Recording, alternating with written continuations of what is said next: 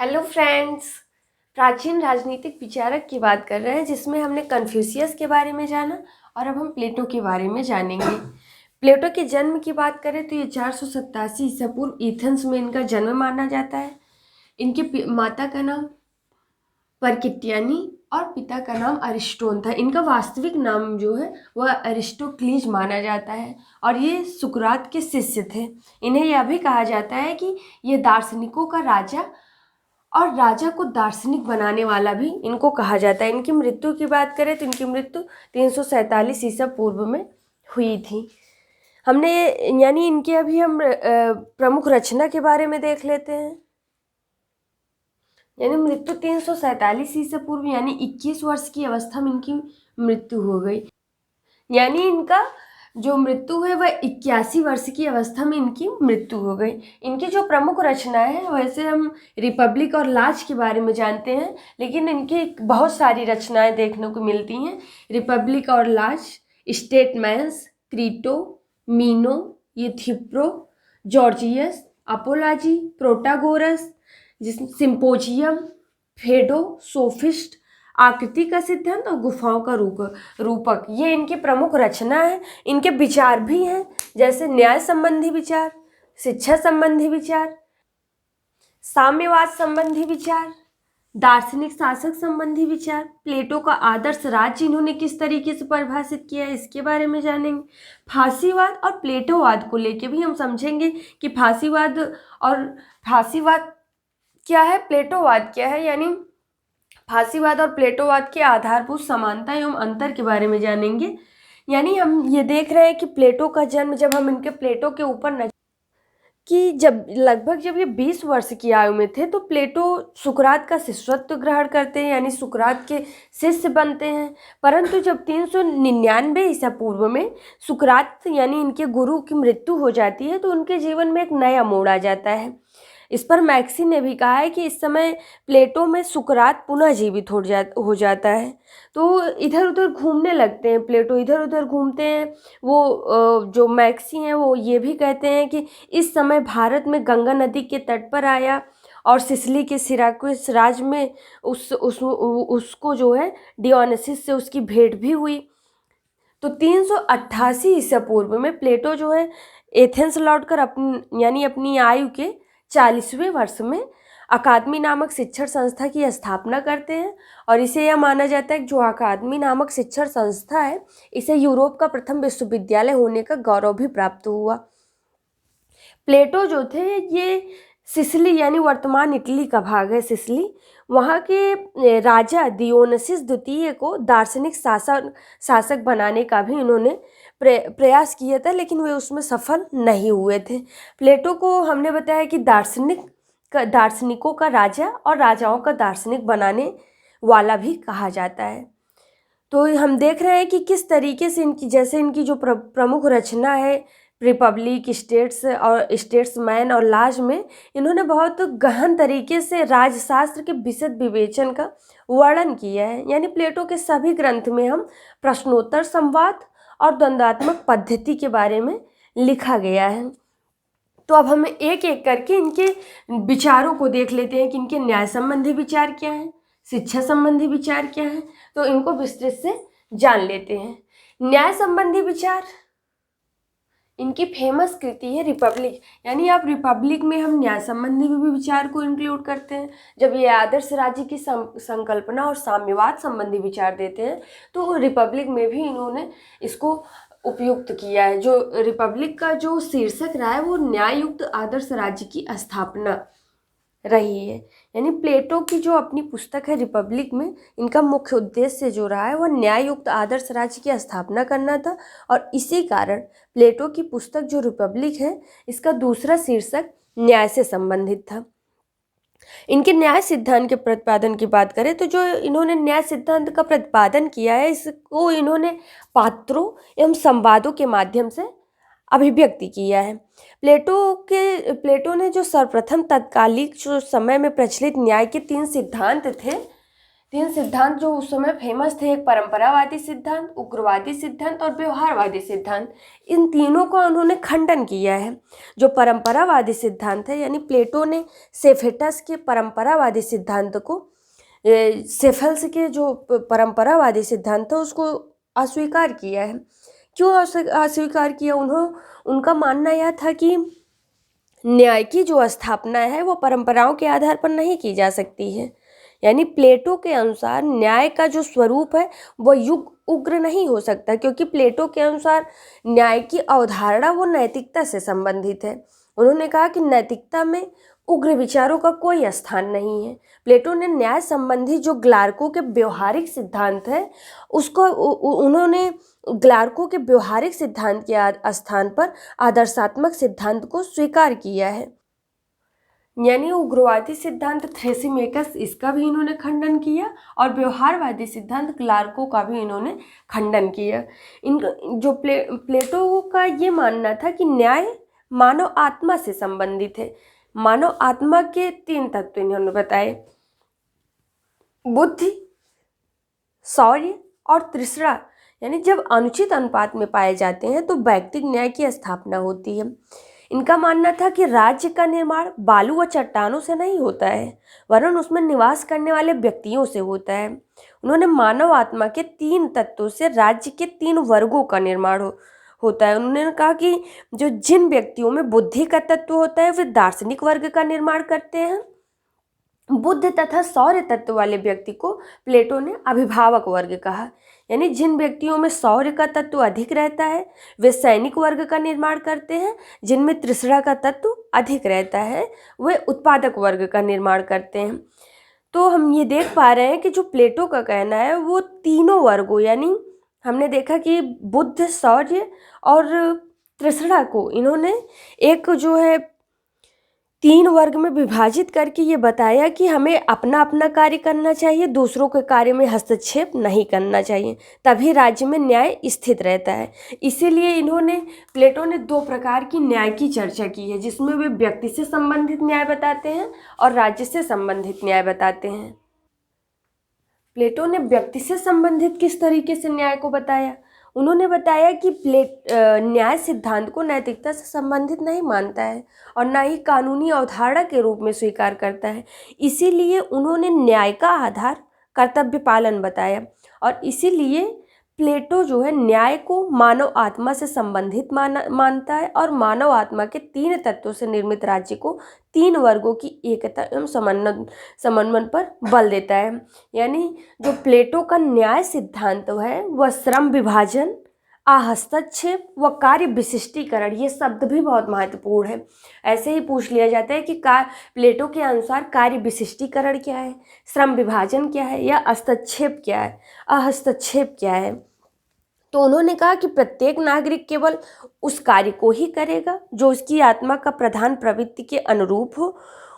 उनका मत यह भी है कि नागरिकों को उनकी आत्मा की प्रधान प्रवृत्ति के अनुसार शासक वर्ग, सैनिक वर्ग और उत्पादक वर्ग में विभाजित किया जाना चाहिए।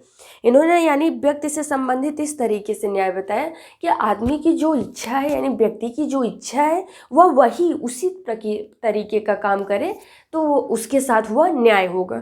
जबकि वो राज्य से संबंधित न्याय को इस तरीके से डिफाइन करते हैं कि जो राज्य यानी व्यक्ति की तुलना में राज्य को अधिक महत्व देते हैं प्लेटो न्याय सिद्धांत में। अतः जो उनका न्याय सिद्धांत है वह समिष्टवादी भी कहा जाता है। यानी प्लेटो के न्याय सिद्धांत में व्यक्ति का ही नहीं अपितु उसके वर्ग का भी महत्व है। प्लेटो राज्य को साइवो मानता है, यानी साइवो मीन्स होता है शरीर, साइवो मानता है और उसका न्याय सिद्धांत राज्य में सावयवी एकता प्राप्त करने का साधन है। यानी प्लेटो, अभी हम जब आदर्श राज्य की बात करेंगे तो उसमें हम देखेंगे किस तरीके से उन्होंने आदर्श राज्य के निर्माण में तीन तत्व सहायक माने हैं। एक आर्थिक तत्व, दूसरा सैनिक तत्व और तीसरा दार्शनिक तत्व को सहायक माना है। इनके सिद्धांत में जो प्लेटो के न्याय सिद्धांत के तत्व क्या है उसको हमने एक आदर्श राज्य के लिए उन्होंने हमने बताया तीन तत्व माने हैं। यानी जबकि वो अपने न्याय सिद्धांत के जो उनके तत्व हैं वो ये माने जाते हैं कि उन्होंने कहा कि न्याय एक आंतरिक महत्व तत्व है, मानव आत्मा से संबंधित है, कार्य विशेषीकरण या कार्य कर्तव्य पालन, हस्तक्षेप के सिद्धांत पर आधारित है इनका न्याय, और साविवी एकता का सिद्धांत है। दार्शनिक शासक का विशेष स्थान है इनके न्याय सिद्धांत के तत्व में, और शिक्षा व साम्यवाद पर ये विशेष बल देते हैं। अब इनकी आलोचना कैसे की गई है प्लेटो के न्याय सिद्धांत में, यानी आप स्पष्ट रूप से समझ पा रहे हैं कि उन्होंने राज्य को महत्वपूर्ण माना है, लेकिन वो ये भी मानते हैं कि व्यक्ति से संबंधित भी न्याय होना चाहिए और राज्य से संबंधित भी न्याय होना चाहिए। और उन्होंने उनके समय में जो प्रचलित 3 सिद्धांत थे उसका भी खंडन किया। तो किस तरीके से, मतलब इनके सिद्धांत को आलोचना किस प्रकार की गई है। इनके सिद्धांत को यह माना गया है कि यह आधुनिक कानूनी अवधारणा के अनुरूप नहीं है, अतः व्यवहारिक नहीं है, ऐसा इस तरीके से इनके न्याय सिद्धांत की आलोचना की जाती है। यह भी कहा जाता है कि प्लेटो का सिद्धांत व्यक्ति के कर्तव्यों पर बल देता है। हमने देखा कि किस तरीके से उन्होंने बताया कि जिसके पास बुद्धि है, शौर्य है, 3 वर्गों में विभाजित करके, यानी एक उत्पादक वर्ग उन्होंने बताया, श्रमिक वर्ग बताया और सैनिक वर्ग बताया। यानी हम ये देखेंगे, अभी हम जब इनके साम्यवाद की बात करेंगे तो उसमें हम देखेंगे कि ये कहते हैं कि अगर कोई राजा है वो राज्य का संचालन कर रहा है तो उसके लिए मतलब पत्नी होना आवश्यक है। अगर कोई उत्पादक वर्ग काम करके आ रहा है तो वो उत्पादक का कार्य कर रहा है, सैनिक को क्या आवश्यकता है। यानी साम्यवाद में ये सारी चीज़ें क्लियर हो जाएंगी कि ये आलोचना क्यों की जाती है इनके न्याय सिद्धांत की। प्लेटो का न्याय सिद्धांत वो प्रजातंत्र विरोधी है एवं अभिजात तंत्र का समर्थक सिद्धांत है। प्लेटो न्याय की स्थापना के लिए दार्शनिक वर्ग को असीमित शक्तियाँ सौंपता है, इस प्रकार निरंकुशता का मार्ग प्रशस्त करता है। यानी इन आलोचनाओं के बावजूद भी हम अगर जो आलोचना का कारण हम बता रहे हैं, इसके बाद भी हम यह महत्व है कि राज्य में नैतिकता की स्थापना करना है। प्लेटो के न्याय का सिद्धांत का जो ये महत्व है, इसका महत्व यही है कि नैतिकता की स्थापना करना है और आज के शासकों व नागरिकों को यह संदेश देता है कि वह नैतिकता के अनुरूप अपने कर्तव्य का पालन करें। अब इनके शिक्षा संबंधी विचार क्या हैं, यानी हमने इनके विचार को इसलिए एक साथ में इसलिए दिखाया कि इन्होंने किन किन चीज़ों पर विचार दिया है और इनके न्याय संबंधी विचार को समझे। अब शिक्षा संबंधी विचार जो है, इन्होंने 3 प्रकार से शिक्षा संबंधी विचार को विभाजित किया। यानी जो इनका शिक्षा संबंधी विचार है, हमने यहाँ 3 तरीके से ये शिक्षा सिद्धांत को दिखाया है, जबकि शिक्षा संबंधी विचार में इन्होंने 2 लिया है, एक शिक्षा से संबंधित सिद्धांत, दूसरा साम्यवाद को लिया है। अब शिक्षा सिद्धांत में इन्होंने प्लेटो जो है अभिभावक वर्ग के लिए राज्य नियंत्रित अनिवार्य शिक्षा पर बल देता है, क्योंकि प्लेटो जो है एथेंस यानी बौद्धिक शिक्षा और स्पार्टा यानी एथेंस बौद्धिक शिक्षा कहा जाता है और स्पार्टा सैनिक शिक्षा पद्धति का समन्वय कर शारीरिक और मानसिक दोनों प्रकार की शिक्षा की व्यवस्था करता है। प्लेटो की सबसे बड़ी विशेषता है कि वो शिक्षा सिद्धांत में ये बात भी रखता है कि स्त्री और पुरुष दोनों के लिए शिक्षा पर बल देता है। प्लेटो एक लंबी शिक्षा पद्धति और सैद्धांतिक व व्यवहारिक दोनों प्रकार की शिक्षा पर बल देता है, लेकिन जो प्लेटो का पाठ्यक्रम निर्धारण है उन्होंने नैतिक मापदंडों पर इसका उचित स्थान रखा है।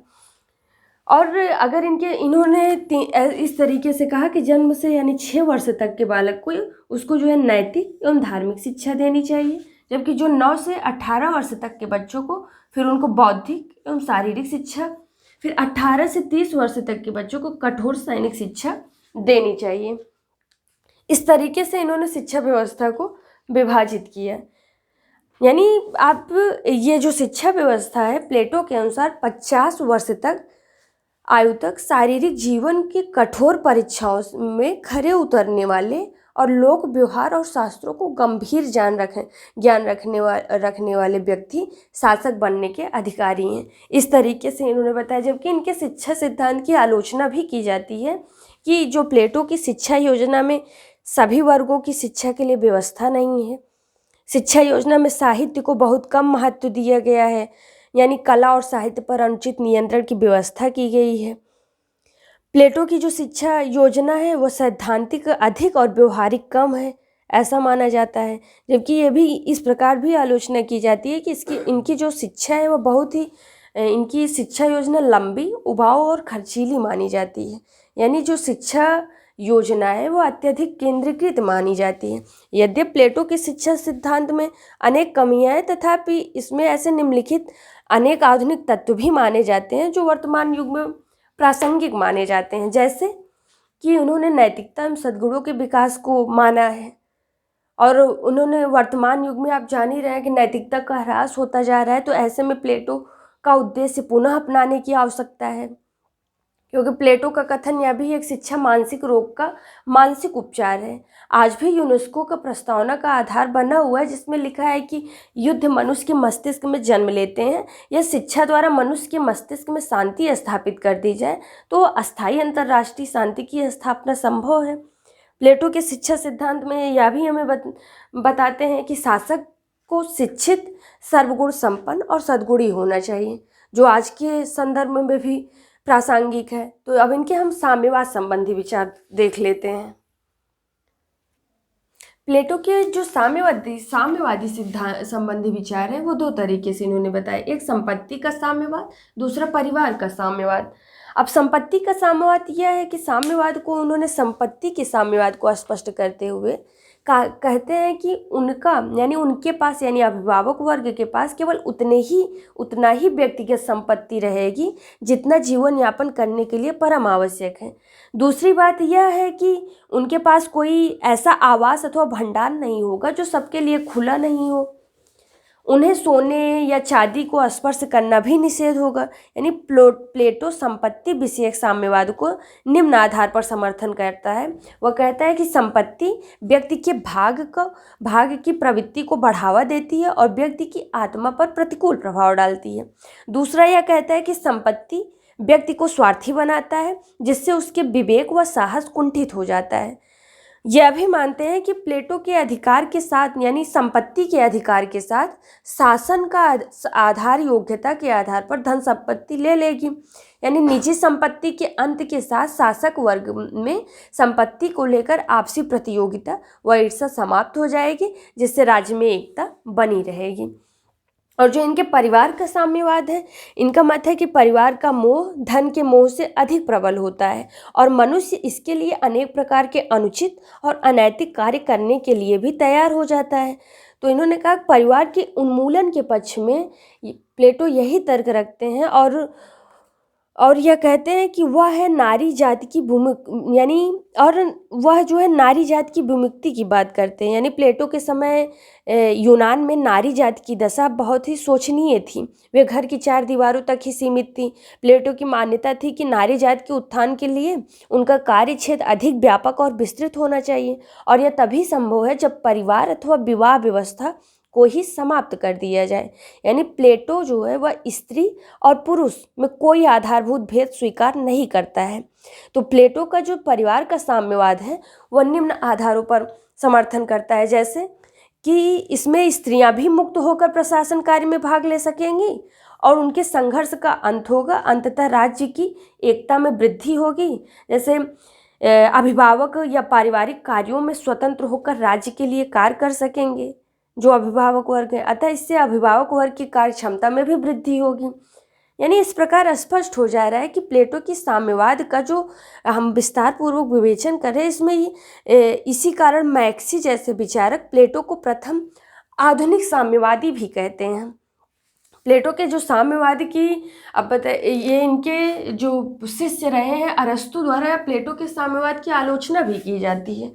वो आलोचना में कहते हैं अरस्तु की प्लेटो कि जो संपत्ति विषयक साम्यवाद की योजना है वह समाज में संघर्ष और फूट की प्रवृत्ति को बढ़ाने वाली है। इस आधार पर भी कहते हैं कि साम्यवाद जो प्लेटो का साम्यवाद है वो विविधतापूर्ण नहीं है और बिना विविधता के बौद्धिकता का विकास नहीं हो सकता है। इस आधार पर भी अरस्तु द्वारा इनके साम्यवाद की आलोचना की जाती है। फिर कहते हैं कि प्लेटो यानी संपत्ति के गुणों की अवहेलना की है। प्लेटो के जो साम्यवाद है उसमें संपत्ति के गुणों की अवहेलना की है, जबकि अरस्तु संपत्ति को एक गुण और एक प्रेरणा शक्ति मानते हैं। इसको ऐतिहासिक आधार पर भी दोषपूर्ण बताया है अरस्तु ने। उन्होंने कहा कि इसमें जो है उत्पादन और वितरण में एक जैसा अनुपात नहीं रहता है और प्लेटो का जो साम्यवाद है वह अव्यवहारिक है। तो कई आधारों पर प्लेटो के साम्यवाद की अरस्तू द्वारा आलोचना की जाती है। अब आधुनिक साम्यवाद, हमने कम्युनलिज्म, जब हम राजनीतिक अवधारणाओं को पढ़ रहे थे परंपराओं में, तो हमने एक समाजवाद और साम्यवाद के बारे में पढ़ा था। लेकिन जो आधुनिक साम्यवाद है और प्लेटो के साम्यवाद में समानताएं क्या है और अंतर क्या है, संक्षेप में हम नज़र डाल लेते हैं। जो प्लेटो का साम्यवाद है, यानी जो आधुनिक साम्यवाद है, यानी दोनों में जो आधुनिक साम्यवाद है और प्लेटो, इसमें समानता इस तरह से है कि दोनों व्यक्ति की तुलना में समाज और राज्य को महत्वपूर्ण मानते हैं। तो ये समानता की बात हो गई। यह भी समानता है कि दोनों कर्तव्यों पर बल देते हैं, दोनों वर्ग संघर्ष और शोषण का अंत करना चाहते हैं, दोनों निजी संपत्ति की संस्था का अंत करने पर बल देते हैं। और सबसे बड़ी समानता यह है कि स्त्री पुरुष की समानता में विश्वास रखते हैं, जो आधुनिक साम्यवाद है और प्लेटो का साम्यवाद है। लेकिन अंतर हमको यहाँ यह दिखाई देता है कि जब हम प्लेटो के साम्यवाद का आधार देखते हैं तो आदर्शवाद या दर्शनवाद है, और इसके विपरीत जो आधुनिक साम्यवाद का आधार है वो भौतिकवाद है। प्लेटो का साम्यवाद का जो उद्देश्य है वो राजनीतिक है, वह कुशासन एवं भ्रष्टाचार को मिटाकर राज्य की स्थापना करना चाहता है। किंतु जब हम आधुनिक साम्यवाद का उद्देश्य देखते हैं तो उसका उद्देश्य आर्थिक है, यानी वह आर्थिक शोषण को समाप्त करके आर्थिक समानता की स्थापना की बात करता है। प्लेटो का साम्यवाद की सबसे बड़ी विशेषता यानी अंतर यहाँ पे भी दिखाई देता है कि प्लेटो का साम्यवाद राज्य को प्राकृतिक व नैतिक संस्था मानता है, वहीं आधुनिक साम्यवाद राज्य को निजी संपत्ति की व्यवस्था से उत्पन्न एक वर्गीय संस्था मानता है। यानी आधुनिक साम्यवाद के अनुसार जब वर्ग विहीन समाज की रचना होगी तो राज्य भी समाप्त हो जाएगा। इस तरीके से हम अंतर भी देखते हैं। प्लेटो का जो आदर्श राज्य है, इसमें हमने पहले ही बताया तीन जो है इसके निर्माण में सहायक तत्व माने हैं। एक आर्थिक तत्व, सैनिक तत्व और दार्शनिक तत्व माने। यानी प्लेटो का आदर्श राज्य सभी आने वाले समय तथा सभी स्थानों के लिए एक आदर्श का प्रस्तुतिकरण है। यानी यह राज्य और व्यक्ति का संबंध भी बताता है, और ये राज्य और व्यक्ति का संबंध प्लेटो के आदर्श राज्य में किस तरीके से, प्लेटो व्यक्ति और राज्य में जीवाणु और जीव का संबंध मानता है। उसका विश्वास है कि जो गुण और विशेषताएं अल्प मात्रा में व्यक्ति में पाई जाती हैं वे ही विशाल रूप में राज्य में भी पाई जाती हैं। राज्य मूलतः मनुष्य की आत्मा का बाह्य स्वरूप है, अर्थात आत्मा, उन्होंने बताया, चेतना अपने पूर्ण रूप से जब बाहर प्रकट होती है तो वह राज्य का स्वरूप धारण कर लेती है। तो हमने 3 तत्व बताए जो आदर्श राज्य के निर्माण में सहायक हैं। एक आर्थिक तत्व, यानी आर्थिक तत्व से संबंध इनका उत्पादक वर्ग से है। जो आर्थिक तत्व में इन्होंने उत्पादक वर्ग से इसको माना, उनका मानना था कि जो आर्थिक तत्व के अंतर्गत आते हैं वासना अथवा क्षुधा तत्वों को राज्य का प्रारंभिक आधार मानकर अपनी विवेचना शुरू करते हैं प्लेटो आर्थिक तत्व को। उनका आर्थिक तत्व से अभिप्राय यह है कि मनुष्य अपनी आवश्यकताओं को एकांकी रूप से पूर्ण नहीं कर सकता है। इसमें समाज में श्रम विभाजन और कार्य को विशेषीकरण उत्पन्न होता है। यानी आदर्श राज्य की स्थापना के लिए आवश्यकताओं की सर्वोत्तम तुष्टि और सेवाओं का समुचित आदान प्रदान आवश्यक है। सैनिक तत्व से आप समझ रहे हैं कि इसमें सैनिक वर्ग आ जाएगा, यानी एक उत्पादन वर्ग इन्होंने माना, दूसरा सैनिक वर्ग जिसके लिए आवश्यक तत्व सैनिक तत्व को माना, तीसरा दार्शनिक तत्व जिसको इन्होंने शासक वर्ग माना। 3 वर्गों में इन्होंने बताया कि आर्थिक तत्व उत्पादक वर्ग है, सैनिक तत्व सैनिक वर्ग है, जबकि दार्शनिक तत्व शासक वर्ग है। यानी प्लेटो का कहना है कि राज्य तभी आदर्श स्वरूप ग्रहण कर सकता है जब राज्य का शासन ज्ञानी एवं निस्वार्थ दार्शनिक शासकों द्वारा हो। यानी इसी तत्व को ध्यान में रखकर वो राज्य के उच्च शिखर पर दार्शनिक को नियुक्त करता है। अब इनके हम दार्शनिक शासन संबंधी भी विचार बहुत फेमस है, यानी रिपब्लिक इनकी बहुत ही फेमस बुक है। अगर आपको कभी मौका मिले तो आप इसका हिंदी वर्जन अगर अनुवाद किया गया हो तो सुन भी लीजिए और इसको पढ़ भी लीजिए, क्योंकि इसमें हम ढेर सारे अब दार्शनिक विचार को भी हम रिपब्लिक में इनके देखने को मिलता है। यानी जो प्लेटो अपनी पुस्तक रिपब्लिक में न्याययुक्त आदर्श राज्य में शासन की बागडोर सद्गुणी ज्ञान से संपन्न दार्शनिक वर्ग को सौंपता है। प्लेटो ये मानता है कि उस समय जो तत्कालीन यूनानी नगर राज्य में पाए जाने वाले दोषों को एक प्रमुख कारण शासकों को अज्ञान से उत्पन्न उनकी विभिन्न अयोग्यताएं थी, और इसी कारण प्लेटो अपने आदर्श राज्य की स्थापना के लिए यह जरूरी मानता है कि शासक जो हो वह ज्ञानी हो। इनके दार्शनिक शासन की आलोचना भी की जाती है। अब हम इनके प्लेटो के फांसीवाद विचार के बारे में जानेंगे। फांसीवाद विचार इन्होंने किस तरीके से दिया, इसे प्लेटोवाद भी कहा जाता है, लेकिन इसके आधारभूत अंतर भी हम देखेंगे कि फांसीवाद अलग चीज़ निकल के आती है और इसमें अंतर भी दिखाई देता है। प्लेटो अपनी पुस्तक रिपब्लिक में आदर्श राज्य की परिकल्पना करते हुए फांसीवाद के समान दार्शनिक शासन को असीमित शक्तियाँ प्रदान की हैं। प्लेटो व्यक्ति की तुलना में राज्य पर बल देते हुए सावीय सिद्धांत का समर्थन करता है। प्लेटो द्वारा राज्य नियंत्रित शिक्षा का समर्थन करता है और लोकतंत्र की भत्सना भी करता है। तो जो आधुनिक फांसीवाद है और प्लेटो के फांसीवाद के विचार में समानताएं क्या क्या हैं? समानताएं यह है कि दोनों में राज्य की सर्वोच्चता को महत्व दिया जाता है और व्यक्ति की स्वतंत्रता का कोई स्थान नहीं दिया गया है। यानी प्लेटो के फांसीवाद में भी व्यक्ति की स्वतंत्रता और राज्य की सर्वोच्चता को महत्व दिया गया, जबकि व्यक्ति की स्वतंत्रता को कोई स्थान नहीं दिया गया। राज्य के हितों के लिए व्यक्ति के हितों की आहुति देने को उचित ठहराया गया है। प्लेटो ने दार्शनिक राजा के निरंकुश नेतृत्व को स्वीकार किया है।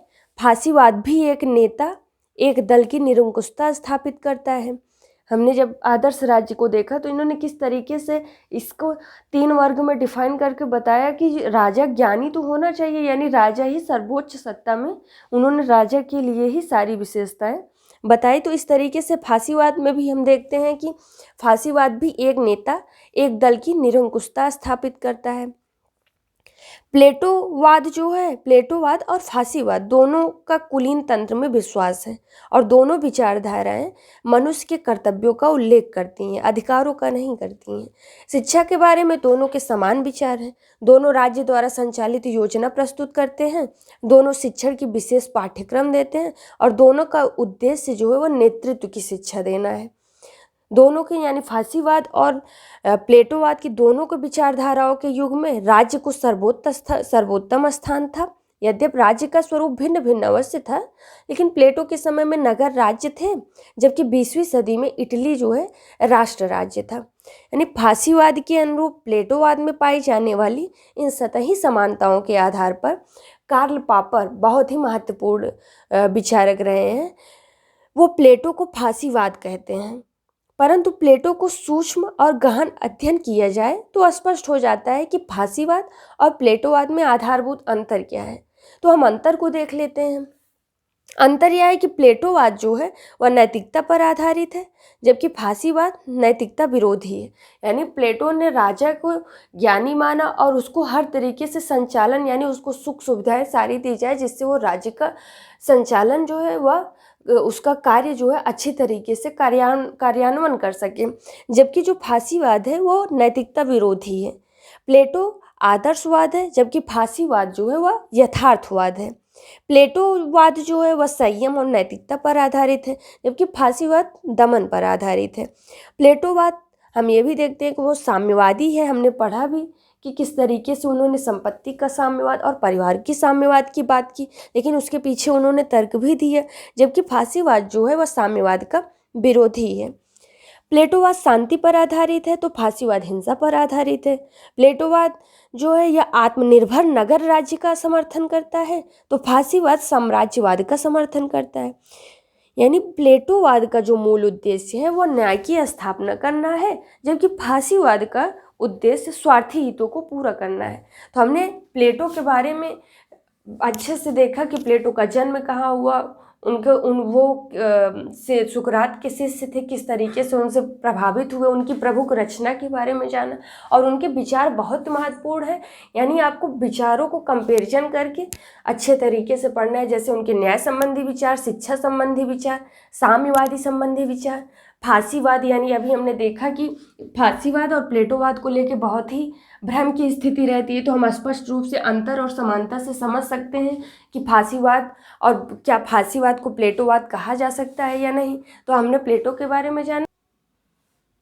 यानी प्लेटो पश्चिमी राजनीतिक विचारक में, प्राचीन राजनीतिक विचारक में इनका सर्वोत्तम स्थान रहा है। और इनके विचार आज भी, यानी जब हम इनको संक्षिप्त रूप से यानी पूरा जब पढ़ लेते हैं विवेचना में, तो हम ये समझ पाएंगे कि आज के समय में ये कितने प्रासंगिक और सर्वमान्य है, कि इन चीज़ों को इनको आज के समय में रखना चाहिए। और यानी हम इनके बारे में विस्तार से जाने। मिलते हैं अगले वीडियो में। Thank you.